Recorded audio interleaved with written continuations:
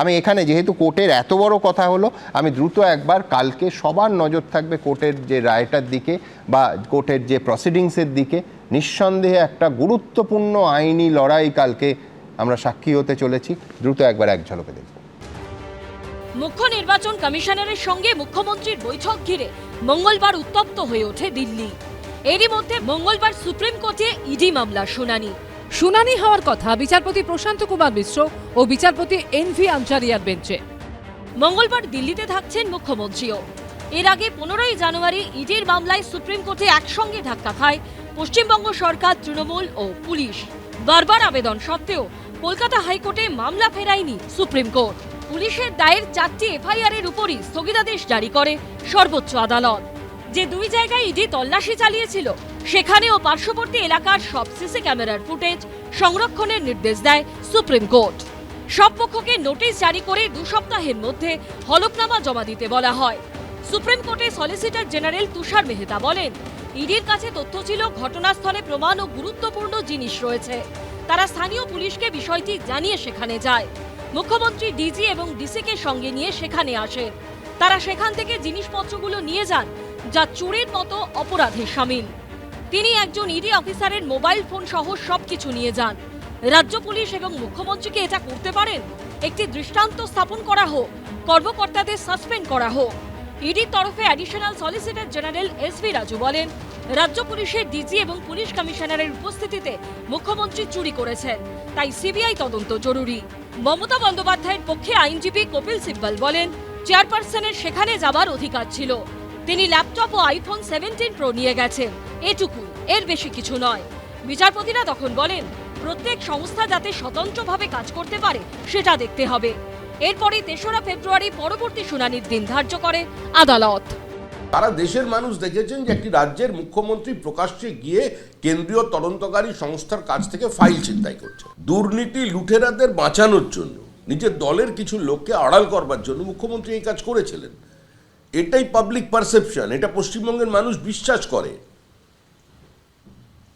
আর যতই করো মামলা, বিজেপি নেবে বাংলা। যে সংস্থা তৃণমূলের ভোটের প্রচারের কাজ করছে, 5 বছর বাদে এসে তাদের কাছে গিয়ে তৃণমূলের তথ্যগুলোকে নেওয়ার চেষ্টা, এর বিরোধিতা আমাদের মুখ্যমন্ত্রী আমরা করেছি। সেই সময় আইপ্যাকের মালিক ছিল প্রশান্ত কিশোর, আর আজকে গেছে প্রতীক জৈনের বাড়ি। আইপ্যাকের কর্ণধার প্রতীক জৈনের বাড়ি ও অফিসে ইডি তল্লাশির সময় 2 জায়গাতেই পৌঁছে গিয়েছিলেন মমতা বন্দ্যোপাধ্যায়। লাউডন স্ট্রিটে তাকে সবুজ ফাইল সহ বেরিয়ে আসতে দেখা যায়। So my hard disk, phone, hard disk, all they are collecting. অন্যদিকে সেক্টর 5-এ আইপ্যাকের অফিস থেকে নথি নিয়ে বেরিয়ে আসতে দেখা যায় মুখ্যমন্ত্রীর নিরাপত্তার দায়িত্বে থাকা পুলিশ কর্মীকে। এই নিয়ে জল গড়ায় সুপ্রিম কোর্ট পর্যন্ত। মঙ্গলবার সর্বোচ্চ আদালতে গুরুত্বপূর্ণ শুনানি। বিজেন্দ্র সিংহ ও কৃষ্ণেন্দু অধিকারীর রিপোর্ট, এবিপি আনন্দ। দেখুন, মুখ্যমন্ত্রী বলছেন যে জ্ঞানেশ কুমার গ্রেট লায়ার, মিথ্যে কথা বলছেন। অত্যন্ত ঔদ্ধত্যপূর্ণ ব্যবহার করেছেন আজকে জ্ঞানেশ কুমার, মিসবিহেভ করেছেন, হিউমিলিয়েট করেছেন মুখ্যমন্ত্রীকে। মুখ্যমন্ত্রীর একেবারে অন ক্যামেরা অভিযোগ। বৈঠক থেকে বেরিয়ে মুখ্যমন্ত্রী আজ বলেছেন যে তারা মুখ্য নির্বাচন কমিশনারকে বয়কট করেছেন। সাংবাদিক সম্মেলনে বলেছেন যে জ্ঞানেশ কুমার দালাল, বিজেপির দালাল। এর সঙ্গে মুখ্যমন্ত্রী যেটা সংযোজন করেছেন সেটা হচ্ছে সীমা খান্নার নাম। বলছেন এই সীমা খান্না বিজেপির আইটি সেলের হয়ে কাজ করছেন। অবশ্য এর আগে বহুবার মুখ্য নির্বাচন কমিশনকে এবং কমিশনারকে তো বটেই মুখ্যমন্ত্রী আক্রমণ করেছেন, কিন্তু জ্ঞানেশ কুমারের সঙ্গে দেখা করার পর রাজধানীর বুকে দাঁড়িয়ে এই মিসবিহেভ করার অভিযোগ তুলে বয়কট করার একটা নজিরবিহীন সিদ্ধান্তের তাৎপর্যটা জানবো বিশ্বনাথ চক্রবর্তীর কাছ থেকে।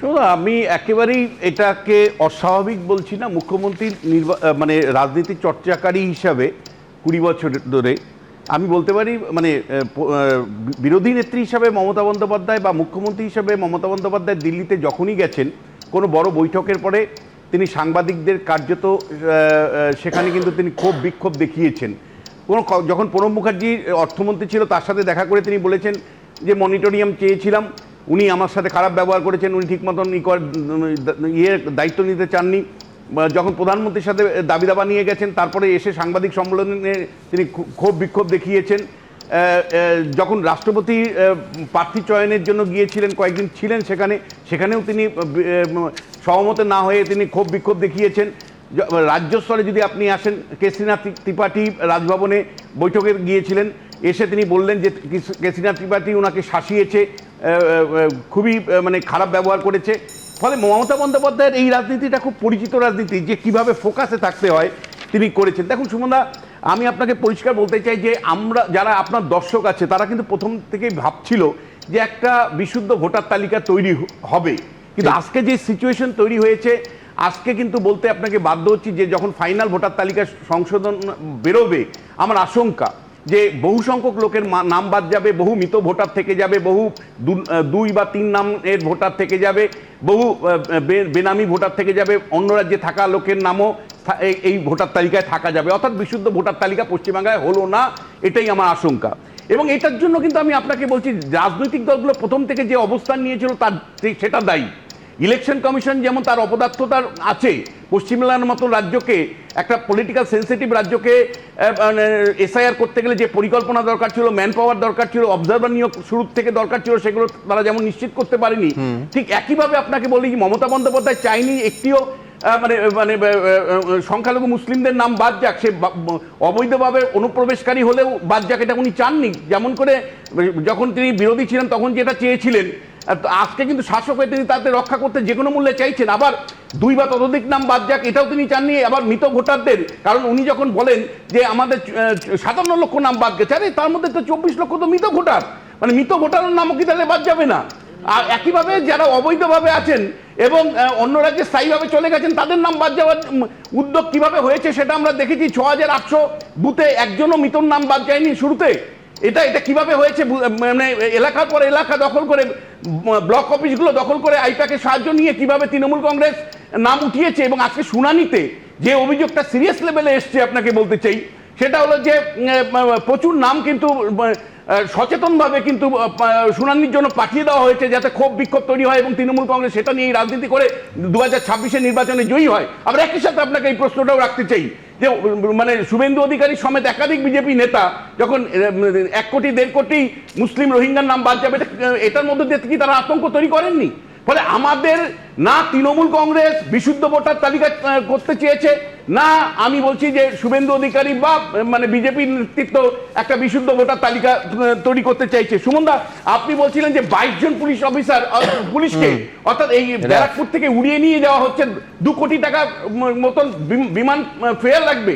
অর্থাৎ আমার আপনার ট্যাক্সের টাকা দিয়ে যে পুলিশ ওখানে গিয়ে দাঁড়িয়ে থাকতে হবে কেবলমাত্র কোনো আইন শৃঙ্খলা রক্ষার দায়িত্ব যাদের পাওয়ার কোনো সুযোগ নেই আইনগত, আমি ভালো করে জানি, তাদেরকে বিপুল টাকা খরচা করে কেন দিল্লিতে নিয়ে যাওয়া হলো? কেন ব্যারাকপুর থেকে এই র্যাবকে নিয়ে যাওয়া হচ্ছে? এই প্রশ্নটা আসছে। কারণটা হলো, এটা হলো পেশি শক্তি দেখাবো যে তোমার যদি কেন্দ্রীয় বাহিনী থাকে, আমার রাজ্য পুলিশ আছে। যেমন করে আপনি লক্ষ্য করে দেখেছেন যে মহাকরণ যখন মানে মহাকরণের সামনে দিয়ে যখন মানে সেনাবাহিনী যখন রুট মার্চ করেছে গাড়ি, তখন বলেছে আমাদের কু হয়ে গেছে, মমতা বন্দ্যোপাধ্যায় কু হয়ে গেছে, অর্থাৎ সামরিক অভ্যুত্থান নাকি হয়ে গেছে। ময়দানে আপনি দেখেছেন যে সেনাবাহিনীকে কু করার অভিযোগ তিনি এনেছিলেন। আবার রাজীব কুমারকে মানে যখন তদন্তের জন্য এসেছিল তখন সিবিআইকে আটকে দিয়েছিলেন, থানায় ঢুকিয়ে দিয়েছিলেন।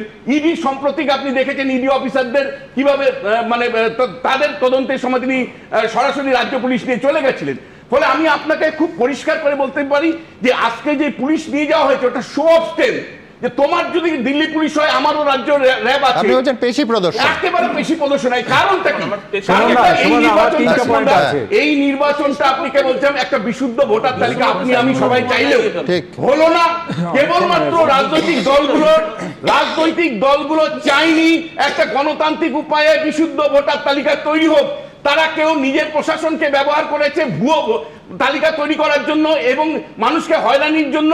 আবার কেউ ভয় দেখিয়েছে যে তোমাদেরকে দেশ থেকে বার করে দিব। ফলে রাজনৈতিক দলগুলোর ষড়যন্ত্রে আমাদের একটা বিশুদ্ধ ভোটার তালিকা তৈরি হয়নি। তারই পার্ট হিসাবে দিল্লিতে এই মুহূর্তে ড্রামা চলছে, রাজ্যে ড্রামা চলছে। আমি এই ড্রামার কনটেক্সটে ড্রামাতে কে কত নাম্বার পেয়েছে একটা দিতে চাই। দেখুন, দিনের শেষে মমতা বন্দ্যোপাধ্যায় বিরোধী নেত্রী হিসেবে যে ভূমিকাটা দেখলাম, সেটা রাজনীতির যে ড্রামার কনটেক্সটে বলি, এটা তো রাহুল গান্ধী করতে পারতো, এটা তো মোহাম্মদ সেলিম করতে পারতো। কোথায়? তারা তো করেননি। সেই জন্য মমতা বন্দ্যোপাধ্যায়কে 10-এ 8 দিলাম। এবং এইবার আপনাকে বলছি মমতা বন্দ্যোপাধ্যায় যে ড্রামা আজকে হলো, দিল্লিতে যিনি ড্রামা করলেন তার প্রত্যুত্তর দেওয়ার একটা চেষ্টা করেছে শুভেন্দু অধিকারী রাজ্যে রাজ্যে, মানে সরি জেলায় জেলায় তার মতন করে বিশুদ্ধ ভোটার তালিকা প্রকাশ করতে হবে এই দাবি রেখে মিছিল করেছে। তার জন্য 10-এর মধ্যে 6 দিলাম। এইবার ইলেকশন কমিশন যার মিনিমাম আলাপ আলোচনার মধ্যে বিশুদ্ধভাবে একটা শান্তিপূর্ণ উপায়ে পরিকল্পিত ভাবে ভোটার তালিকা তৈরি করার কথা ছিল, তাদের ব্যর্থতার জন্য আমি 2 নম্বর দিলাম। কিন্তু আবার মানুষ, সাধারণ মানুষ যারা গণতন্ত্র চেয়েছিল, যারা বিশুদ্ধ ভোটার তালিকা চেয়েছিল, তারা আজকে কিন্তু 10-এর মধ্যে 0 পেল। আমার দুটো উনি অনুপ্রবেশকারী নিয়ে এত বললেন, এখনো পর্যন্ত টোটাল অনুপ্রবেশকারী ডিক্লেয়ার নির্বাচন কমিশন দ্বারা 0। দ্বিতীয়ত, কিরকম স্বচ্ছ তালিকা প্রকাশ হবে? মহারাষ্ট্রের জেলা পরিষদে বিজেপির প্রার্থী ছিলেন, তিনি বীরভূমের তালিকায় নাম উঠছে, তোমরাই দেখিয়েছো। দ্বিতীয় কথা, যদি লজিক্যাল ডিসক্রিপেন্সি হয়, সুমন 2002 সালে যার বাবার নাম শিশির কুমার অধিকারী, 2025-এ শিশির অধিকারী, তারও নাম আসা উচিত। লজিক্যাল ডিসক্রিপেন্সি আসেনি কেন? তিনি কি পার্টিকুলার কোনো বিশেষ প্রিভিলেজ বলে? দ্বিতীয়ত,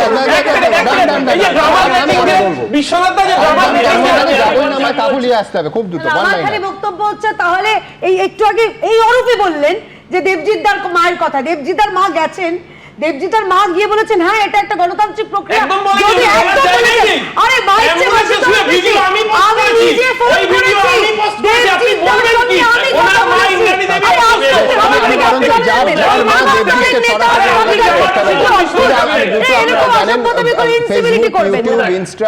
সব জায়গায় আপনার বেশ কয়েকটা প্রশ্ন তুলে দিই, দ্রুত দেখবো। যে আমরা প্রশ্ন রেখেছিলাম যে দুর্ব্যবহার করা হয়েছে, বয়কট করে বেরিয়ে এসেছি, উদ্ধত অহংকারী মিথ্যেবাদী কমিশন। জ্ঞানেশ কুমারের সঙ্গে বৈঠক থেকে বেরিয়ে মুখ্যমন্ত্রী সরাসরি আক্রমণ করলেন। কমিশনের বিরুদ্ধে প্রচারকে ভোটের অস্ত্র করে কি রাজনৈতিক লাভ হবে তৃণমূলের? লাভ হবে এমন মনে করছেন 69% লোক, লাভ হবে না 29% লোক, বলতে চাননি 2%। বঙ্গভবনে দিল্লি পুলিশের সঙ্গে সংঘাতে মুখ্যমন্ত্রী, ঘরে ঘরে তল্লাশির অভিযোগ। বঙ্গভবনের নিরাপত্তায় ডিএসপির নেতৃত্বে দিল্লি যাচ্ছেন রাজ্য পুলিশের 22 জন কর্মী। পুলিশ বনাম পুলিশ সংঘাতের পরিস্থিতি কি রাজধানীতে তৈরি হচ্ছে? 91% মানুষ মনে করছেন হ্যাঁ, এই ঘটনায় পুলিশ বনাম পুলিশের সংঘাতের একটা পরিস্থিতি রাজধানীতে দিল্লিতে তৈরি হতে পারে। 8% মানুষ সেটা মানতে চাননি, 1% মানুষ বলতে চাননি। সরাসরি আসবো এবার দিল্লিতে এসআইআর এর ক্ষতিগ্রস্তদের পুলিশি হেনস্থার অভিযোগ। এসআইআর নিয়ে আলোচনা হবে বিধানসভাতে। এই পরিস্থিতিতে আদৌ কি ঠিক সময়ে চূড়ান্ত তালিকা প্রকাশ করা যাবে? 14% মানুষ মনে করছেন যে ঠিক সময় প্রকাশ করা যাবে, 85% মানুষ মনে করছেন যাবে না, বলতে চাননি 1%। এর সরাসরি মন্তব্যে যাব অতীশচন্দ্র ভাওয়াল, তিনি লিখছেন এসআইআর কাণ্ডে মৃত্যুর দায় নির্বাচন কমিশনের হলে কারখানায় আগুন লেগে পুড়ে শ্রমিকের মৃত্যুর দায় কেন রাজ্য সরকারের হবে না? শেখ শামীম লিখছেন মিসবিহেভের অভিযোগ নয়, বরং কমিশন ও মুখ্যমন্ত্রীর বৈঠকে ইতিবাচক রাস্তা বের হওয়াটাই কাম্য ছিল। সুভাষ ঘোষাচার্য লিখছেন এসআইআর এর নামে প্রকৃত নাগরিকদের হয়রানি কাম্য ছিল না, কমিশন সুষ্ঠুভাবে কাজ করতে ব্যর্থ। সঞ্জয় দফাদার লিখছেন এসআইআর এ ভোটার লিস্টের ভূতেরা বাদ যাচ্ছে বলে মুখ্যমন্ত্রী আতঙ্কিত। কৌশিক চৌধুরী লিখছেন এই দড়ি টানাটানির মধ্যে ভোটার লিস্টটা ঠিকঠাক তৈরি হবে তো? ঠিক যে সংশয়টা যে কোনো মানুষের মনেই আসবে, ঠিক এখান থেকে আমি কাকুলিয়া রোডের ঘটনায় আসবো এবং তা নিয়ে আলোচনা আসতেই হবে। দেখুন, দলবল নিয়ে ছুরি চাকু বোম সব নিয়ে এখানে মারতে এসছে সোনা পাপু। এলাকা জুড়ে সশস্ত্র দুষ্কৃতী তাণ্ডব। খাস কলকাতার বুকে গোলপার্কের কাছে কাকুলিয়ায় ভয়ঙ্কর ঘটনা। এর আগেও গণেশ পুজোর সময় হয়েছে, সেম আবার সোনাবাপুর ছেলেরা আবার করছে, ওরা এলাকা দখল করতে চাইছে। যে জায়গায় আমরা দাঁড়িয়ে আছি আজকে সকাল থেকেই সেখানে পুলিশ যেমন মোতায়েন, তার সঙ্গে সঙ্গে এই শুলতিগুলো পড়ে রয়েছে যেগুলো একের পর এক বোমা এখানে ফেটেছে। পুলিশ সূত্রে খবর, এই ঘটনায় মোট 3টি অভিযোগ দায়ের করা হয়েছে, যার মধ্যে পুলিশের গাড়িতে হামলার অভিযোগে একটি শতপ্রণোদিত মামলা দায়ের করেছে পুলিশ। তার পাশাপাশি কুখ্যাত দুষ্কৃতী সোনাপাপ্পু দলবলের বিরুদ্ধে একটি অভিযোগ ও পাল্টা কাকুলিয়ার বাসিন্দা, পেশায় প্রমোটার ও 55 তলার তৃণমূল কর্মী বলে পরিচিত বাপি হালদার নামে এক ব্যক্তির বিরুদ্ধে অভিযোগ দায়ের করেছে সোনাপাপ্পুর গোষ্ঠী। কাউকে ছাড়া হবে না। গতকাল যে ঘটনা ঘটেছে তারপরে আমাদের রেড হয়েছে সারা রাত ধরে, 10 persons have been arrested. Police সূত্রে খবর, অভিযোগপত্রে বাবু সোনা নামে এক ব্যক্তির নাম রয়েছে। স্থানীয় সূত্রে দাবি, যিনি সোনা পাপ্পুর ঘনিষ্ঠ। ও তৃণমূল টুল করে মনে হয়, কে? ওই বাপি। আর আপনার ছেলে? আমার ছেলেও করে, তৃণমূল করে। আগে ওই একটা ওপারে মার্ডার করেছিল, খুব বদমাশও, তৃণমূল করে আমি জানি। ইতিমধ্যে সোশ্যাল মিডিয়া জুড়ে ভাইরাল হয়েছে একাধিক ছবি, যার কোনোটাতে অভিযুক্ত সোনা পাপ্পুর সঙ্গে দেখা গেছে রাসবিহারী তৃণমূল বিধায়ক দেবাশিস কুমার, কোথাও আবার তার পাশে তৃণমূল নেতা বৈশানব চট্টোপাধ্যায়। আমার সঙ্গে ছবি দেখা যেতে পারে, আমার ছবি আছে বলে দুষ্কৃতকারী ধরা পড়বে এটা তো হতে পারে না। বাপি হালদারের সঙ্গেও দেবাশিস কুমার, বৈশানব চট্টোপাধ্যায়ের ছবি সামনে এসেছে। আমি সকলের অনুষ্ঠানে যাই, তার সঙ্গে এই ঘটনার কোনো যোগ নেই। প্রধানমন্ত্রীর সঙ্গে অনেকের ছবি আছে, শুভেন্দু অধিকারীর সঙ্গে অনেকের ছবি আছে। এই নিয়ে শুরু হয়েছে রাজনৈতিক চাপানোতর। তৃণমূলের আশীর্বাদ আছে, পিসির আশীর্বাদ আছে। পশ্চিমবঙ্গের গুলি কার কাছে? তৃণমূলের কাছে। বোমা কার কাছে? তৃণমূলের কাছে। পাল্টা জবাব দিয়েছে তৃণমূলও। তাও কোনো অনভিপ্রেত ঘটনা নিশ্চিতভাবে নিন্দনীয়। তো এখন বিচ্ছিন্ন ঘটনা, সমাজ, পুলিশ প্রশাসন দেখছে খারাপ ঘটনা থামাতে হবে, কিন্তু অন্য রাজ্যে যা ঘটছে, আমাদের রাজ্যে 34 বছর আগে যা হতো, সেগুলোকে তো তুলনা করে লাভ নেই। গোটা ঘটনায় ফের প্রশ্নের মুখে নিরাপত্তা। মস্তানি মেরে বেড়াবে, কারো তো তার তো এত ক্ষমতা নেই। যদি তারা কোনো রাজনৈতিক দলের সাপোর্ট না পায়, রাজনৈতিক দলের সাপোর্ট পেয়েই আজকে এরকম অবস্থা হয়েছে। এবং আরও যতদিন যাবে, যদি রাজনীতির লোকেরা যদি এখনও পর্যন্ত মানে কোনো নিজেদেরকে সংযত না করে বা এদের সাথে সেরকমভাবে দূরত্ব বজায় না রাখে, তাহলে কিন্তু ওই জিনিসটা দিনকে দিন বাড়তেই থাকবে। আইনের শাসনটাই জিওপার্ডাইজড হয়ে গেছে আর কি, মানে কোনো ভয় নেই। ভর সন্ধ্যেবেলা যদি বোমা গুলি চলে, তাহলে সাধারণ মানুষের জীবনটাই তো খুব আশঙ্কিত এবং বিপন্ন। রবিবারের দুষ্কৃতী তাণ্ডবের ঘটনায় জখম হয়েছেন 4 জন। তাদের মধ্যে এসএসকেএম হাসপাতালে চিকিৎসাধীন রয়েছেন 2 জন। আবির দত্ত, পার্থপ্রতিম ঘোষ ও সুকান্ত মুখোপাধ্যায়ের রিপোর্ট, এবিপি আনন্দ। নজরুলদা, মাসের পর মাস, বছরের পর বছর এই চলবে বকরার লড়াই, মানে তৃণমূল বনাম তৃণমূল, জেলাতেও যা শহরেও তা। এই দেখুন কাকুলিয়া রোডে 6 মাসের মধ্যে 2 বার এই ধরনের ঘটনা হলো। রাসবিহারী কানেক্টর, আনন্দপুর, পরের পর ঘটনা। দেখুন, সব তোলাবাজ অপরাধীরা যদি শাসক দলে চলে আসে, হয় এলাকা দখল, নয় বকরা, নয় প্রমোটিং। হ্যাঁ, তো প্রমোটিং মানেও রোজগার, আর তোলাবাজি মানেও রোজগার, কাটমানি নেওয়া মানে রোজগার। এক কথায় রোজগারের জন্য শাসক দলের আশ্রয় থাকছে।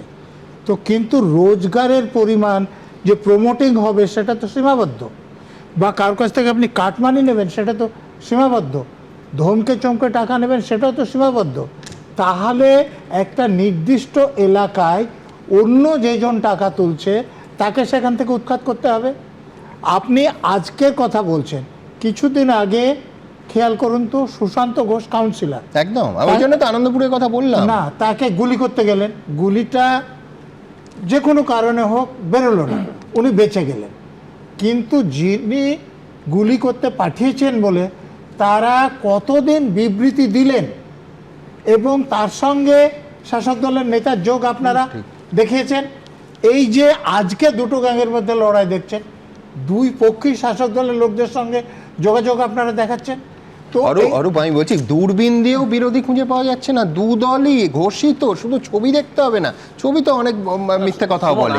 2 দলই তৃণমূল বনাম তৃণমূল। ঠিক ঠিক, নজরুলদা হঠাৎ করে বললেন যে সবাই নাকি ইত্যাদি ইত্যাদি ইত্যাদি। তো নজরুলদা হঠাৎ করে এই গুলিটা প্রতিক্রিয়াশীল লাগলো। নজরুলদা যখন দায়িত্বে ছিলেন 2000 সালের 23শে জানুয়ারি, গুরুপদ বাগচি ওই কসবায় যখন খুন হলো, গুলিটা কি প্রগতিশীল গুলি ছিল? আজকের গুলিটা প্রতিক্রিয়াশীল। আমরা এই সময় সাথে সাথে 10 জনকে অ্যারেস্ট করেছি, সেই সময় কারা অ্যারেস্ট হয়েছিল? এইখানেই পার্থক্য।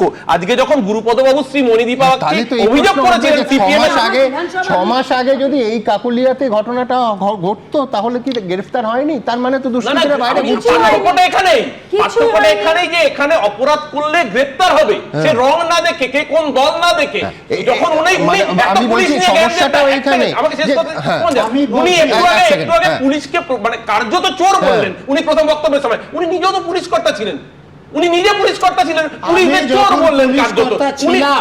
তখন পুলিশ বলতাম, এখনো বলবো, কোন লোক তুমি মহারাজ সাধু হলে আজ বাকি সব আমি চোর বলছি দেখুন নেতাদের হাত দুষ্কৃতীদের মাথায় থাকে, সেই জন্য দুষ্কৃতীদের দাপট। এক সেকেন্ড, আর আমি বলছি নেতাদের হাত দুষ্কৃতীদের মাথায় আছে বলে পুলিশ অ্যাক্ট করে না, এই অভিযোগ আজকের নয়। এক করেছে তো পুলিশ। না, আমি আপনাকে বলি, আমরা ফালতু আলোচনা করছি, এটা দাদা বৌদির লড়াই। মানে দাদা বৌদি মানে সবসময় বিরিয়ানি নয়, বোমাও হয়। বৌদির এলাকা দাদা বোমা। গ্রেফতারের কথা বলছে, মূল অভিযুক্তই ধরা পড়েনি।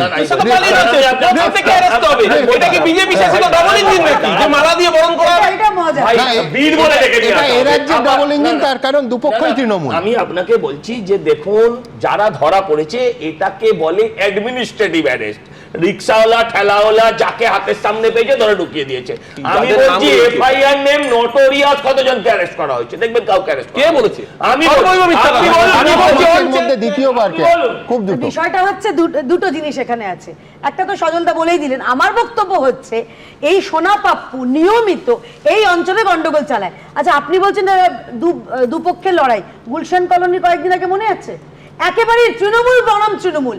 এই তৃণমূল বনাম তৃণমূলের লড়াইতে আমরা মালদা দেখেছিলাম দুলাল সরকার, আমরা দেখেছি বক্তুই, আমরা দেখেছি দিলীপ ঘোষ, শুভেন্দু অধিকারী দেখে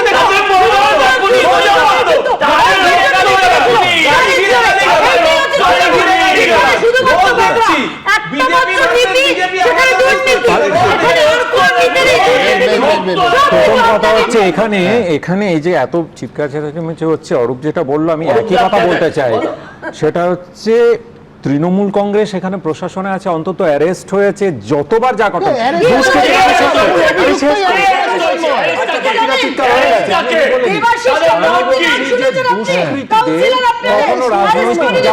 তারা যারা পাওয়ারে থাকে, এটা আমি এই স্টুডিওতে অনেকবার বলেছি, তারা সবসময় পাওয়ারের সঙ্গে থাকে। পার্থক্যটা এটাই জয়দেব খানের মতো লোক স্বরাষ্ট্রমন্ত্রীর সঙ্গে ছবি থাকলে অ্যারেস্ট হয় না, এখানে অ্যারেস্ট হয়। এটাই আমি কনসার্ন, আমার কনসার্ন একটা জায়গাতে, দেখুন ল অ্যান্ড অর্ডার নিয়ে আমি কথা বলতে চাই না, এখানে অনেকেই বললেন। আমি কিন্তু বারবার বলছি, এই মানুষগুলো আপাতত আপনার দুটো গোষ্ঠী মনে হতে পারে, ভোটের রাজনীতিতে একটা গোষ্ঠী হয়, এবং আমি কিন্তু ভোটের দিন এক হয়ে যায়। এবং শুধু তাই নয়, এই অঞ্চলে কিন্তু এই দুইজন বহু প্রার্থীকে প্রচার করতে দেয় না, ভয় দেখায়, সন্ত্রস্ত করে রাখে, ভোট লুট করে। ফলে ভোট মানে সরাসরি গণতন্ত্রহীনতার সাথে এই গোষ্ঠীগুলোর সম্পর্ক আছে।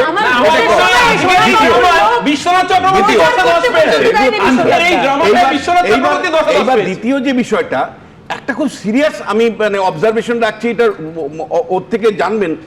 একটা হলো পাড়ায় পাড়ায় সমাধানের নাম করে 10 লাখ টাকা দেওয়া হয়েছে। আশ্চর্যজনকভাবে নির্বাচনের রাজনীতির দিকে তাকিয়ে কিনা আমি বলতে পারবো না, বিনা পয়সায় পিকনিকে নিয়ে যাওয়া হচ্ছে, মানে কোনো পয়সা নেই কিন্তু বিপুল টাকা খরচা হচ্ছে। ইনফ্যাক্ট মুখ্যমন্ত্রী পিকনিকে যেতে বারণও করেছেন, আমি তো অন ক্যামেরা দেখেছি। এক্স্যাক্ট তাই। এই যে পাড়ায় পাড়ায় পিকনিকে নিয়ে যাচ্ছে, কাউকে পয়সা না দিতে হচ্ছে না, তাহলে পাড়ায় পাড়ায় সমাধানের টাকার সাথে এই পিকনিক গুলো সম্পর্ক আছে কিনা, যদি থাকে সুমনদা, তাহলে আপনার আমার ট্যাক্সের টাকা আমি মুখ্যমন্ত্রীকে বলেছিলাম যে জয়ের আগে কোনো পিকনিকে যেন কেউ না যায়। আমি বলছি এ তো সরাসরি, আপনি সবকিছু বাদ দিন, দলনেত্রীর নির্দেশ না মেনে পিকনিকে গেলেন কি করে, আর সেই টাকা এলো কোথা থেকে, এই প্রশ্ন উঠবে। কিন্তু দ্রুত আমি একবার এই নেক্সাসটা, এই বকরার কথা হচ্ছে না, প্রমোটিং, সিন্ডিকেট, এলাকা দখল, এই ট্রায়োটা ঠিক কি চেহারা দেখুন। সোনাবাবুর ছেলেরা আবার করছে, ওরা এলাকা দখল করতে চাইছে, 3টে বোম মেরেছে, বোম মারতে এসছে। ভর সন্ধেয় দুষ্কৃতী তাণ্ডব, বোমা, গুলি, অস্ত্র নিয়ে দাপাদাপির অভিযোগ খাস কলকাতার গোলপার্কের কাছে কাকুলিয়ায়। দুষ্কৃতী তাণ্ডবের ঘটনায় ফের বেআপ্রু নিরাপত্তা ব্যবস্থা। কিন্তু কেন এই বিবাদ? নেপথ্যে উঠে আসছে সেই সিন্ডিকেট চক্র। পুলিশি তদন্তে উঠে আসছে রবিবার সন্ধে কাকুলিয়া রোডে এই যে অশান্তির নেপথ্যে রয়েছে মূলত প্রমোটিং বিবাদ। বালিগঞ্জ রেলওয়ে স্টেশনের ট্র্যাকের এক প্রান্তে যখন সোনাপাপ্পুদের দখলের মধ্যে রয়েছে, ঠিক অপর যে প্রান্ত রয়েছে এই যে জায়গা, সেখানে যে বাপি হালদারদের তাদের গ্রুপ কিন্তু এখানে কাজ করে। এই যে জায়গা, সেই জায়গার দখল কার গায়ে থাকবে, কার শক্তি কতটা বেশি রয়েছে, সেটাকে কেন্দ্র করেই কিন্তু এই বিবাদের সূত্রপাত। বাবুসোনা মিন্টায়, অজিত, তারপরে হচ্ছে মূল লক্ষ্যটা কি, এলাকা দখল করার চেষ্টা করে সোনাবাপু সব জায়গায়। এদের চেলা চামুন্ডাদেরকে রেখেছে, এরা 2 নম্বরই যত কাজ করার করে, হয়তো করবে প্রমোটিং, সেটার জন্য এলাকা দখল করার চেষ্টা করছে হয়তো। পুলিশ সূত্রে খবর, এই ঘটনায় মোট 3টি অভিযোগ দায়ের করা হয়েছে। আলিপুর আদালতে পুলিশ যে রিপোর্ট দিয়েছে সূত্রের খবর, তাতে উল্লেখ ঘটনার সূত্রপাত রবিবার সন্ধ্যে 7:45 পুলিশ সূত্রে খবর, ব্যবসায়িক শত্রুতাকে কেন্দ্র করে বাপি হালদার ও সোনাপাপ্পু গ্রুপে অশান্তি তৈরি হয়। অভিযোগ, সোনাপাপ্পুর ঘনিষ্ঠ বাবু সোনা সহ প্রায় 40 থেকে 50 জন হামলা চালায় কাকুলিয়া রোডে। তার জেরেই রবিবার উত্তপ্ত হয়ে ওঠে কাকুলিয়া রোড। উনি এইসব কনসার্টানের এইসব কাজ টাজ করে, হ্যাঁ এইসব। এই বাবু সোনা এবং ওনার যে দল বলে, ওনার তার মাথা খুঁজলেই পাবেন, তাদের এখানে এসছিল প্রভাব খাটানোর জন্য। কোনো কারণে এখানে পাড়ার লোক সবাই মিলে বেরিয়ে যায়, ওরা চলে যায়। আমরা জানি এই পর্যন্ত শেষ, কিন্তু কালকের ঘটনাটা পুরোপুরি একদম কোনো কারণ নেই। শুধু কাকুলিয়া রোডই নয়, 11 সেপ্টেম্বর গুলশান কলোনিতে আগ্নেয়াস্ত্র হাতে এভাবেই তাণ্ডব চালায় দুষ্কৃতীরা। এই ঘটনায় সামনে আসে মিনি ফিরোজ গ্যাংয়ের নাম, সেখানেও সামনে আসে এই সিন্ডিকেট বিবাদ। চোপড়ায় তৃণমূল কর্মী জেসিবি থেকে আরিয়া দহের ত্রাস, জ্যান সিং এর নৃশংস কীর্তি, বারবার দুষ্কৃতী দৌরাত্ম্যের অবাধ ছবি সামনে এসেছে। আর সেই সঙ্গে জুড়েছে শাসক দলের যোগসূত্র। তৃণমূলের আশীর্বাদ আছে, পিসির আশীর্বাদ আছে। মুখ্যমন্ত্রী তো এগুলো শিখিয়েছেন, কারণ তিনি প্রথম পুলিশ মন্ত্রী হয়ে কালীঘাটে গিয়ে সেই রাত্রে লকআপ থেকে আসামিদের বের করে নিয়ে এসেছিলেন। আরে ও তৃণমূলের মেন, ওখানে ভোট লুটেরা, পুরো কসবাটু একদম রাসবিহারী ওই পোর্শন পুরো সোনাপাপ্পু করে, এটা নটোরিয়াস ক্রিমিনাল। প্রমোটিং সিন্ডিকেট, আপনি এক বাক্যে সকলকে খারাপ বলতে পারেন না। এটাও একটা পেশা, যারা বৈধভাবে পেশা করছে, স্বচ্ছভাবে পেশা করছে, তাহলে এইভাবে তাদের বদনাম করে লাভ নেই। সব পেশাতেই কিছু দুষ্ট গরু থাকে। সিন্ডিকেট বিবাদে কি কোনোদিন লাগাম পড়বে? আবির দত্ত, পার্থপ্রতিম ঘোষ, কৃষ্ণেন্দু অধিকারী, এবিপি আনন্দ। দেখুন, আমাদের পেশায় ঘটনার ঘনঘটা চলতেই থাকে।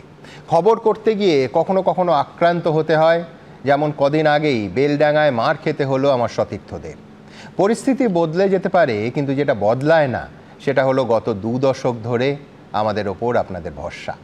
আপনারা জানেন, ভারতবর্ষে 2015 সালের এপ্রিল মাসের পর থেকে একটাই সংস্থা, বার্ক, গোটা দেশে সমস্ত টেলিভিশন চ্যানেলের দর্শক সংখ্যার বিচার করতে পারে। তাদের ওয়েবসাইট বা অ্যাপে গিয়ে আপনারা নিজেরাই সমস্ত তথ্য দেখে নিতে পারেন। আবার বলছি, আপনাদের এবিপি আনন্দের এই পাশে থাকাটাই তথ্য পরিসংখ্যানের দিক থেকে নিত্য নতুন নজির তৈরি করছে। তাই আজ নানা প্রতিকূলতার মধ্যে কাজ করে চলা সমস্ত নিউজ চ্যানেল এবং ডিজিটাল মিডিয়াকে এবিপি আনন্দের শুভেচ্ছা আর অভিনন্দন। আর আপনাদের কাছে, আমাদের দর্শকদের কাছে আমরা চিরকৃতজ্ঞ। আপনাদের প্রণাম।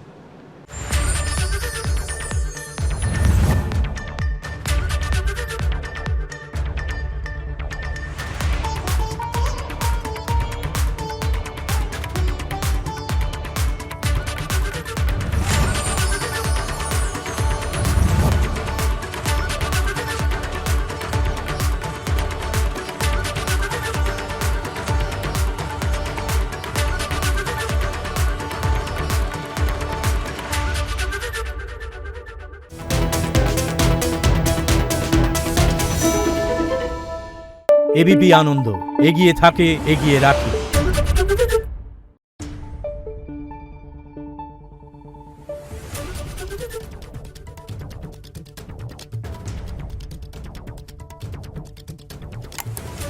Thank you.